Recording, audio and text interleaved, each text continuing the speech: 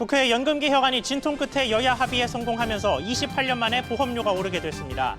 현재 9%인 보험료율은 내년부터 0.5%포인트씩 8년간 인상됩니다. 코스피에서 삼성전자가 이틀째 뚜렷한 상승세를 보이면서 장중 한때 6만 원 선을 회복했습니다. 최근 상승하던 방위산업주는 유럽연합의 대규모 무기 공동조달 시장에 국내 참여가 어려울 거란 전망으로 하락세입니다.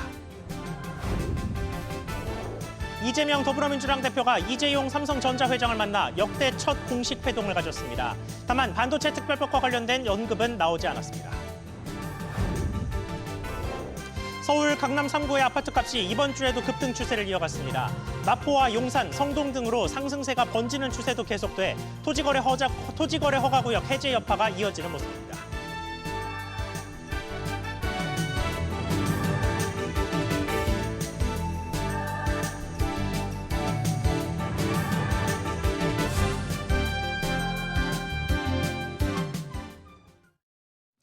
여러분 안녕하십니까? 국회가 국민연금의 개혁에 합의했습니다.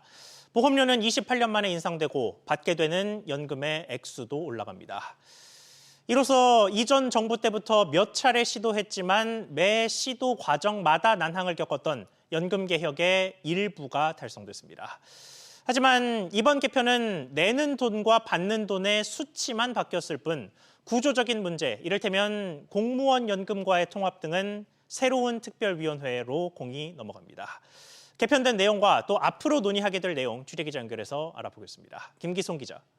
네, 김기송입니다. 네, 본회의 통과가 아직 이루어지지는 않았는데 언제쯤으로 예상됩니까? 네, 잠시 후인 3시 반부터 본회의를 열고 연금개혁안을 처리할 것으로 보입니다. 앞서 여야는 내는 돈을 뜻하는 보험료율을 기존 9%에서 13%, 받는 금액인 소득대체율은 기존 40%에서 43%로 조정하는 데 합의했습니다. 당장 내년부터 적용되지만 급격한 부담을 줄이기 위해서 매년 인상률을 조금씩 높여서 최종 인상률이 13%가 되는 겁니다.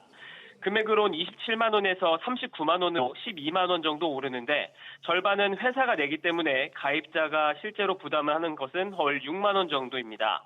이렇게 되면 만 65세부터 받는 연금은 지금 수준보다 9만 원 정도 올라서 129만 원을 받을 전망입니다. 네, 다만 연금 개혁 전체로 보면 아직 남은 쟁점들이 있죠. 그렇습니다. 자동 안정화 장치에 대해서는 여야가 이견을 좁히지 못하고 특위로 논의를 넘겼습니다. 이 자동 조정 장치는 인구 구조나 경제 상황에 따라서 보험료율, 연금액, 수급 연령 등을 자동으로 조정하는 겁니다. 여당은 기금의 지속 가능성을 위해서 꼭 필요하다고 보고 있지만 반대로 야당과 노동계는 실질적인 연금 삭감 장치라고 반대하고 있습니다. 구조 개혁도 시급하다는 지적이 나오는데요. 기금이 소진된 이후 그해 거둬들인 보험료만으로 국민연금 급여를 주는 상황이 되면 이번 모수 개혁만으로는 재정이 충당되지 않을 전망입니다. SBS 비즈 김기송입니다. 연금을 개혁하는 이유는 지금의 인구 구조로는 미래의 연금 지출을 기금이 감당할 수가 없기 때문입니다. 그래서 가장 근본적으로는 저출생 문제가 해결돼야 하는데 최근에 출산율이 0.72명에서 0.75명으로 소폭이나마 오르면서 희망의 불씨가 살아났습니다. 이런 가운데 출산의 전 단계라고 할 수 있는 결혼 건수도 지난해 역대급 기록을 세웠습니다. 지웅배 기자. 네, 지웅배입니다. 네, 지난해 혼인 건수부터 짚어보죠. 네, 통계청은 지난해 혼인 건수가 22만 2천 건으로 한 해 전에 비해 2만 9천 건, 14.8% 늘었다고 밝혔습니다. 증가율로는 통계가 작성된 1970년 이래 최대 수준이고 증가폭으로는 1996년 이후 약 30년 만의 최대 규모입니다. 30년 전만 하더라도 40만 건대였던 혼인 건수는 2021년 20만 건대가 무너졌고요. 이듬해에도 주로 저점을 기록했는데요. 지난해 소폭 반등한 뒤 올해도 크게 뛰었습니다. 인구 구조상 결혼 정년기인 30대 초반 나이대가 많아진 데다 코로나 사태 종식, 결혼에 대한 긍정적 인식 증가 등 각종 출산 장려책이 복합적으로 영향을 미친 것으로 보입니다. 남성 평균 초혼 연령은 0.1세 하락하며 33.9세로 나타났는데요. 남성의 초혼 연령이 낮아진 건 2020년 이후 4년 만입니다. 반면 여성의 경우 지난해에도 0.1세 상승했습니다. 여성의 학업 경제 활동이 늘어난 영향으로 보입니다. 또 초혼부부 5쌍 중 1쌍은 여자가 연상인 것으로 나타났습니다. 네, 그리고 이혼과 관련된 통계도 함께 집계됐던데 이 내용도 전해주시죠. 네, 지난해 이혼 건수가 5년 연속 감소하며 외환위기 이전인 1996년 이후 최저치를 기록했습니다. 지난해 이혼 건수는 9만 1,000건으로 전년보다 1.3% 줄었습니다. 그동안 혼인 건수 자체가 꾸준히 감소한 영향으로 분석됩니다. 이런 가운데 30년 이상 결혼 생활을 한 뒤 황혼 이혼한 경우는 16.6%로 2014년 8.9%보다 그 배로 늘어났습니다. SBS 비즈 지웅배입니다. 시장 상황으로 이어가겠습니다. 코스피는 큰 폭은 아니지만 상승권을 계속해서 유지하면서 나흘 연속 상승 가능성이 높습니다. 특히 많은 투자자들이 기다렸을 삼성전자의 6만 원 선 회복도 이루어지는 모습입니다. 이정민 기자.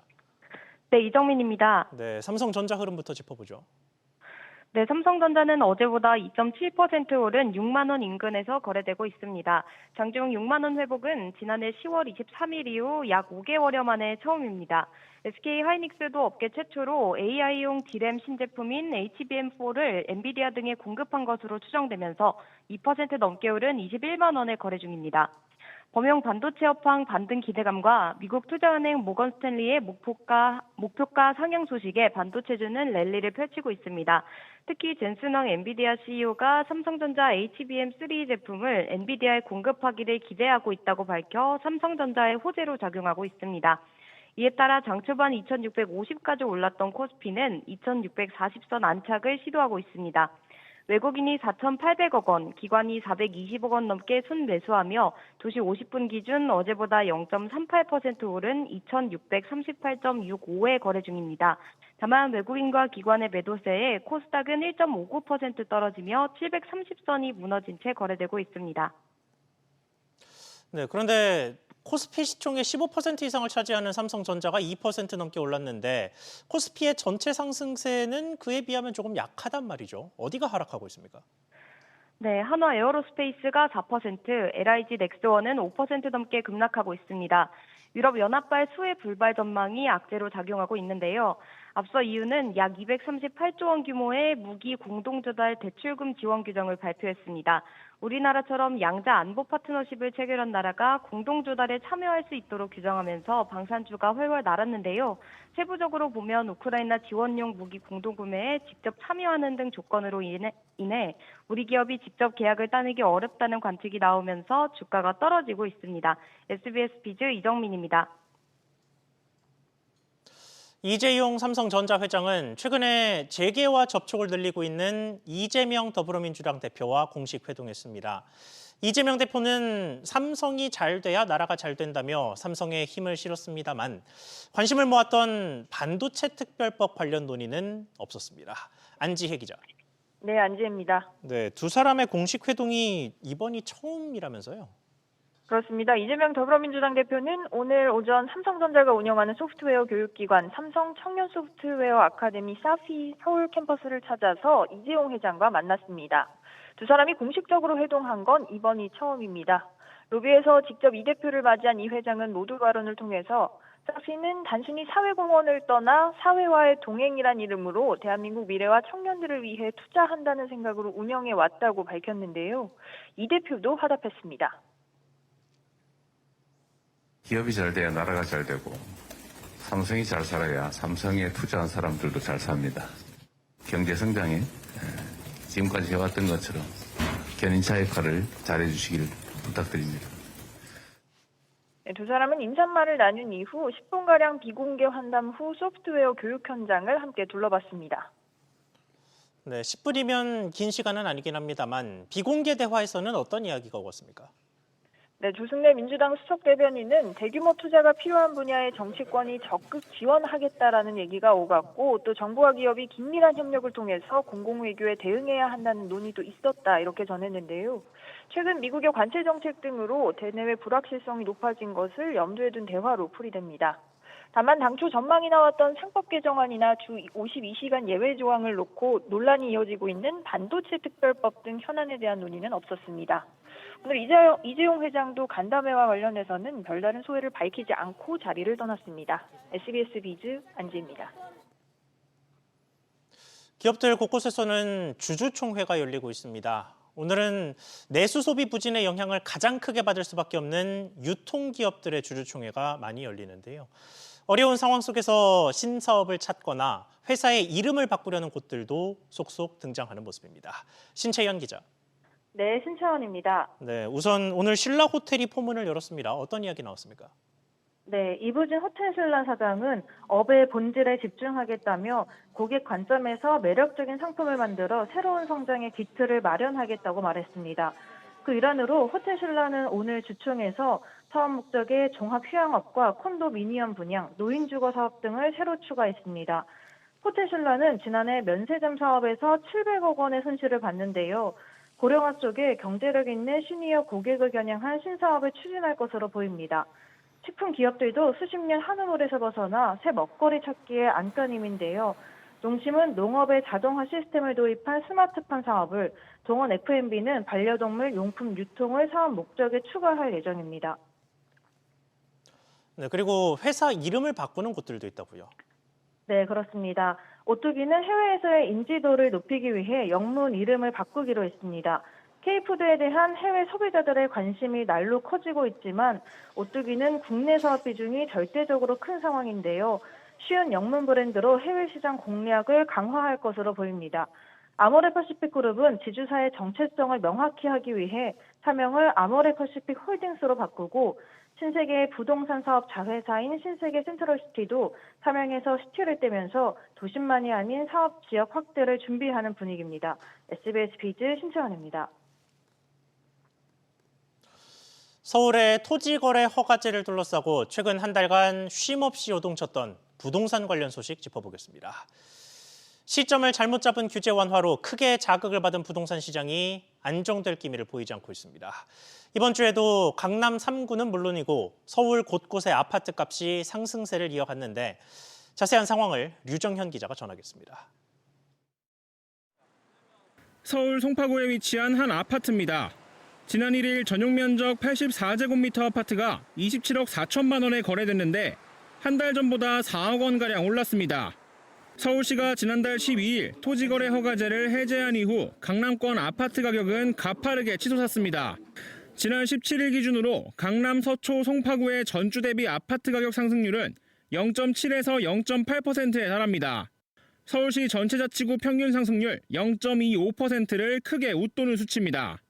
토허제 해제 이전인 지난달 10일 기준 이들 3개 지역구의 아파트 가격 상승률이 높아도 0.14% 정도였을 때보다 상승폭이 커졌습니다. 토허제 해제 직후 호가만 올랐을 뿐 가격 급등은 확인되지 않고 있다는 서울시의 설명과 현실은 전혀 달랐습니다. 마포, 용산, 성동구 등의 아파트 매매 가격 상승세도 심상치 않습니다. 금리 인하나 혹은 대출 규제가 상대적으로 완화된 연초 효과, 거기에 계절적 성수기 이런 것들이 겹친 걸로 보이고요. 토어제는 그런 과정에서 이제 불쏘시개 역할 정도를 했다 정도로 보고 있습니다. 서울시의 토어제 해제가 재산권 보장을 위한다는 명분도 집값 안정이라는 방향도 모두 놓쳤다는 비판이 계속 제기되고 있습니다. SBS 비즈 유정현입니다. 서울시의 이런 정책적 실수가 가계부채 문제를 실제로 건드렸다는 수치가 저희 취재 결과 확인됐습니다.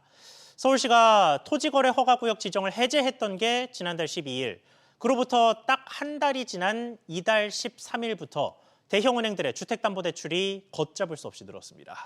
단독 취재한 기자 연결해 보겠습니다. 정동진 기자. 네, 정동진입니다. 네, 대출의 변화 어떻게 취재됐습니까? 네, 지난 13일부터 17일까지 5대 시중은행의 주택담보대출로 나간 금액들을 살펴보니 8,140억 원 급증한 것으로 나타났습니다. 이달 들어 주담대 잔액은 지난 12일까지 2,112억 원 감소했었는데요. 서울시가 토어제를 해제하고 한 달이 지나 시중은행의 주담대가 닷새간 급증한 겁니다. 영업일 기준으로는 3일간 일평균 2,700억 원씩 뛴 셈인데요. 한 달 영업일이 22일이라고 가정하면 한 달간 6조 원이 증가하는 추세입니다. 이렇게 주담대가 증가한 건 이사 성수기인 지난해 9월 이후 6개월 만입니다. 닷새간 나간 5대 은행 전체 가계대출 가운데 주담대가 차지한 비중은 95%였습니다. 네, 사실상 닷새간 가계대출이 주담대로 전부 다 나갔다고 봐도 무방한 상황인 것으로 보이는데 아무래도 이런 대출 급증에는 서울시의 규제가 영향을 미쳤겠습니다. 네, 시중은행 관계자 얘기 잠시 들어보시죠. 신청하고 나서 실제로 대출이 나가기까지 한 달 정도 걸린다고 보거든요. 최근 며칠간 대출이 늘어난 데는 토지 완화 영향이 어느 정도 있다고 볼 수 있습니다. 대출 신청부터 실제 취급까지의 기간이 짧은 신용대출도 이달 들어 6,131억 원 늘었습니다. 또 다른 은행권 관계자는 신용대출 역시 부동산 갭투자 용도로 끌어서 늘어난 측면이 있다고 설명했습니다. SBS 비즈 정동진입니다. 지난해 고의로 교통사고를 내고 보험금을 편취한 일당들이 대거 적발됐습니다. 고의사고 보험 사기 혐의자 수는 2배 넘게 뛴 것으로 나타났습니다. 이렇게 일부러 사고를 내려는 사람은 운전 실력과 별개로 피할 수도 없는 경우가 많은데 이들의 자세한 수법과 그 대응책을 신성호 기자가 설명하겠습니다. 한 차량이 2차로에서 좌회전합니다. 1차로에서 좌회전한 차량이 2차로로 진로를 변경하자 속도를 줄이지 않고 그대로 들이받습니다. 지난해 자동차 고의사고 보험 사기 혐의자는 총 431명, 10명 중 9명이 20에서 30대 남성들로 1,738건의 사고를 일으켜 82억 원의 보험금을 편취했습니다. 혐의자의 약 94%가 친구, 가족, 직장 동료 등과 사전에 고의사고를 공모한 것으로 나타났습니다. 가해자와 피해자로 역할을 분담하거나 고의사고 차량에 여러 명이 동승하는 등의 수법입니다. 2인 이상의 공모 사례가 대거 적발되면서 고의사고 보험 사기 혐의자 수도 크게 뛰었습니다. 지난 2022년 109명에서 2023년 155명, 지난해 431명으로 가파르게 증가하고 있습니다. 혐의자들은 진로 변경 시 차선을 지키지 않는 등 주로 교통법규를 위반해 과실이 많은 차량을 노렸고 또 시야가 어두운 야간을 이용했습니다. 진로를 변경하는 차량을 대상으로 한 고의사고가 62%로 가장 많았습니다. 진로 변경 차량을 확인했음에도 감속하지 않고 그대로 들이받는 식입니다. 교차로 진입 차량, 후진 주행 차량 등을 대상으로 한 사고가 그 뒤를 이었습니다.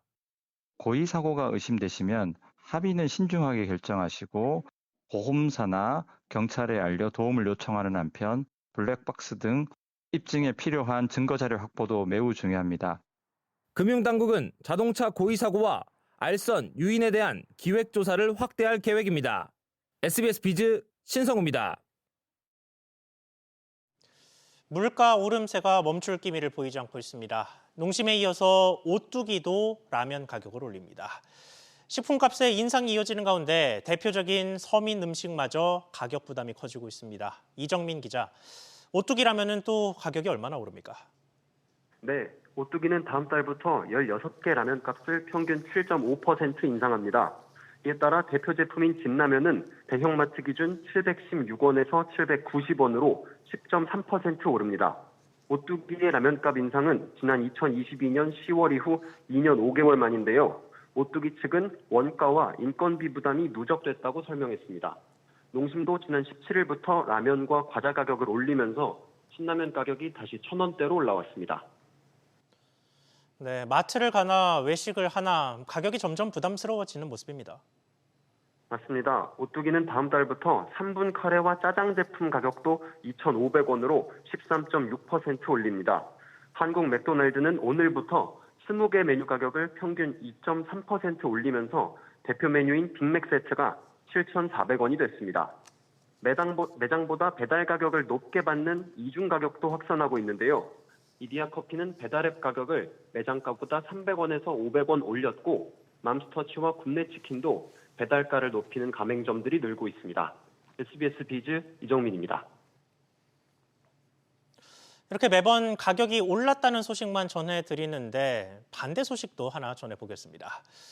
미국과 유럽을 오가는 항공권을 반값보다도 싼 가격에 살 수 있는 땡처리 항공권이 최근에 여행객들 사이에서 화제입니다. 대형 항공사인 아시아나가 이 티켓을 팔고 있어서 더 눈길을 끄는 모습인데 왜 이런 항공권이 나오는 건지 알아보겠습니다. 김한나 기자, 일단 가격이 어느 정도나 저렴합니까? 네, 최근 한 온라인 카페에 인천 미국 시애틀 왕복 항공권을 50만 원대에 구매했다는 글이 올라와 여행객들 사이에 화제를 모으고 있는데요. 아시아나항공이 지난 12일부터 3, 4월 미국, 유럽 등 장거리 노선을 대상으로 라스트미닛 특가 항공권을 판매하고 있기 때문입니다. 미국 LA와 샌프란시스코는 64만 원대에, 시애틀의 경우 54만 원대에 왕복 항공권을 팔고 있습니다. 또 영국 런던은 70만 원대에, 프랑스 파리는 58만 원대에, 이탈리아 로마는 50만 원대에 티켓을 구매할 수 있습니다. 이는 유류 할증료와 세금이 모두 포함된 금액으로 땡처리 항공권에 속합니다. 네, 이게 왕복이 맞나 싶을 정도의 가격인데 왜 이렇게 싸게 파는 겁니까? 대한항공과 아시아나항공의 합병으로 이행해야 할 공정거래위원회의 운임 인상 제한 규정을 지키기 위해 항공권 특가 판매에 나섰을 거란 관측이 많습니다. 코로나 이전인 2019년 운임을 기준으로 각 노선별, 분기별 평균 운임을 물가 상승률 이상으로 올려서는 안 된다는 조항인데요. 분기 내 비수기를 활용해 가격을 낮춰두면 성수기에 판매 가격을 올리더라도 평균을 맞출 수 있어 1분기가 끝나는 3월과 2분기가 시작되는 4월에 특가 이벤트를 몰아넣은 겁니다. 아시아나항공이 항공권 가격을 싸게 공급하면서 미국, 유럽 노선에 뛰어든 티웨이 항공과 에어프레미아의 경쟁력이 떨어질 수 있다는 전망도 나오고 있는데요. 다만 이번 특가는 공정위 규제를 의식해 나온 한시적인 조치인 만큼 오래 지속되기는 어려울 거란 평이 많습니다. SBS 비즈 김한나입니다. 천여 개의 온라인 사이트에서 사용할 수 있는 온라인 문화상품권. 앞으로는 구매에 주의하셔야겠습니다. 관련 사업자가 필요한 사업 등록을 하지 않아서 금융당국이 수사 의뢰를 했고 이게 행정소송으로도 이어지는 분위기입니다. 그런데 이게 또 모든 문화상품권에 해당되는 건 아니라고 하는데 자세한 내용 짚어보겠습니다. 오서영 기자. 네, 오서영입니다. 네, 지금 어떤 상황인 겁니까? 네, 주식회사 문화상품권이 발행하는 온라인 상품권이 문제되고 있는데요. 금융감독원은 선불업 미등록권으로 검찰에 수사 의뢰했습니다. 온라인 상품권의 경우 전자금융거래법상 선불전자지급수단에 해당해 이는 등록 대상인데요. 문화상품권은 지난 18일 선불업 등록을 마쳐야 하는 기한까지 등록을 하지 않고 계속 영업하고 있습니다. 전자금융거래법상 미등록 업체는 3년 이하 징역 또는 2천만 원 이하 벌금에 처할 수 있는 형사처벌 대상인데요. 미등록 업체의 경우 파산이나 영업정지, 또 가맹점 축소 등이 발생하는 경우 상품권 환불이 어려울 수 있습니다. 이에 금융위와 공정위 등은 법에 따른 이용자 보호가 적용되지 않아 구매나 이용할 경우 유의하라고 당부했습니다. 이런 미등록 온라인 상품권은 주식회사 문화상품권이 발행한 상품으로 한국문화진흥이 발행하는 컬처랜드 상품권과는 무관합니다. 네, 그런데 문화상품권 측이 당국에 행정소송을 제기했다면서요? 그렇습니다. 주식회사 문화상품권은 지난 12일 금융당국 상대로 등록 의무 부존재 확인 행정소송도 제기했습니다. 선불업 등록 의무가 없다는 주장으로 보이는데요. 선불업 등록을 하게 되면 선불충전금 전액을 별도 관리해야 하는 의무가 생깁니다. 올 들어 16개 업체가 신규 등록하기도 했는데요.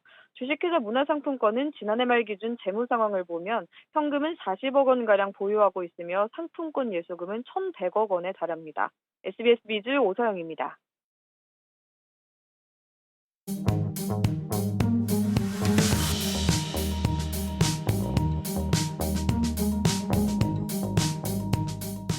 안녕하세요. K웨더 공기재능센터에서 전해드리는 대기오염 예보입니다.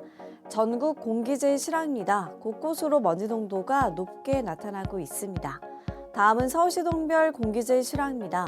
대체로 탁한 상태고요. 먼지 농도가 가장 높은 곳은 상계 10동과 9동, 8동 순으로 나타나고 있습니다. 오늘 전국 하늘 대체로 맑겠고요. 낮부터는 기온이 크게 오르면서 온화해지겠습니다. 다만 큰 일교차에는 유의하셔야겠습니다. 한편 동쪽으로 대기가 건조해져 가는 가운데 영동과 경북 동해안은 강한 바람까지 불겠습니다. 불씨 관리를 잘해 주셔야겠습니다. 공기질은 대체로 탁하겠습니다. 국내외 오염물질의 영향을 받기 때문인데요. WHO와 환경부 기준 모두 대부분 지역에서 먼지 농도가 한때 나쁨에서 나쁨 단계를 보이겠다고 예보하고 있습니다. 당분간 공기질은 매우 탁하겠습니다. 장시간 외출을 삼가고 보건용 마스크를 착용하셔야겠습니다. 대기오염 예보였습니다.